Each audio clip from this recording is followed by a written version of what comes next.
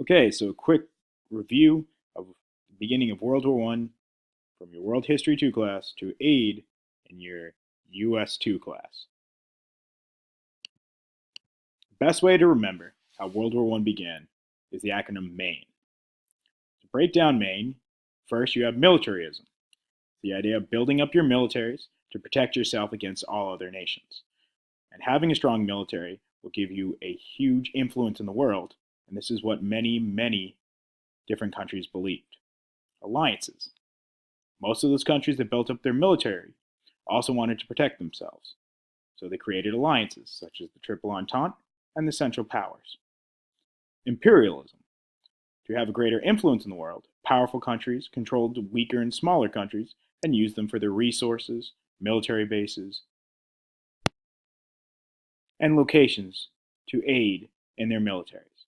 Nationalism.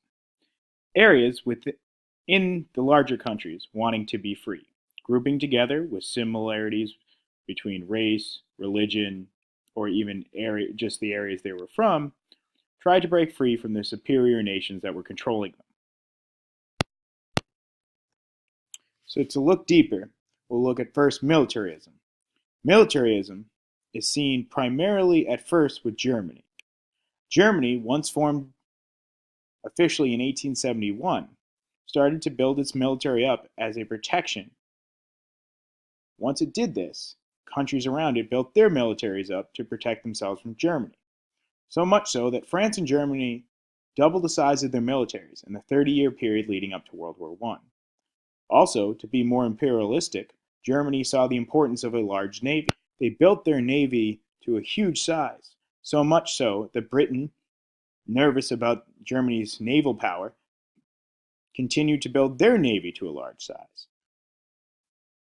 Leading up to World War I, Germany and Britain had two of the largest navies in the world.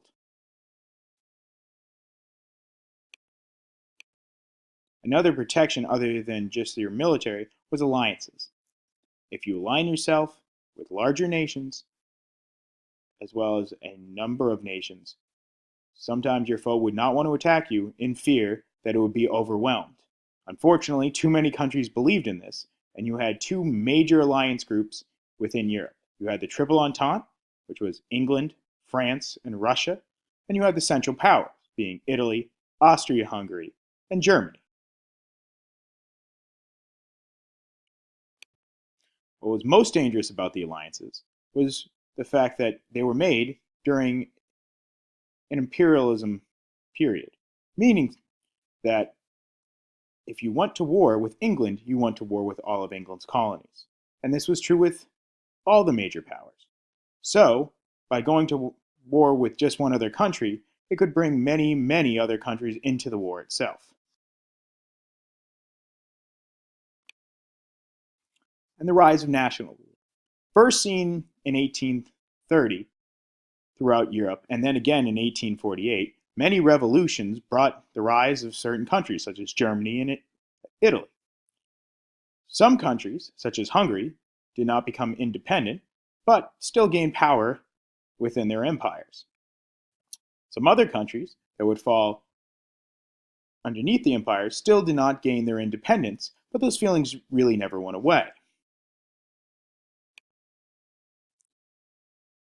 In Austria-Hungary, you find places that after the war were called Yugoslavia, Czechoslovakia, and several other areas.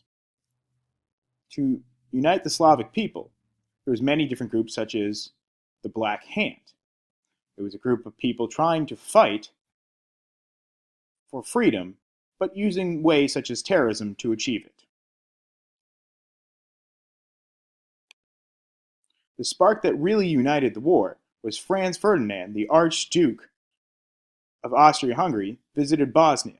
As he visited Bosnia, a Black Hand member, Gavrilo Princip, assassinated the Archduke, causing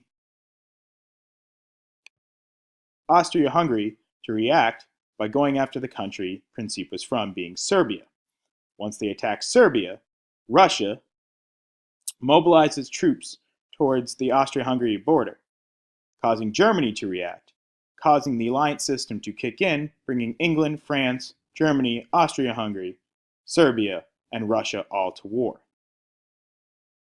Tomorrow we will look into the actions during the war, as well as the United States and what they did about the war and when they entered the war.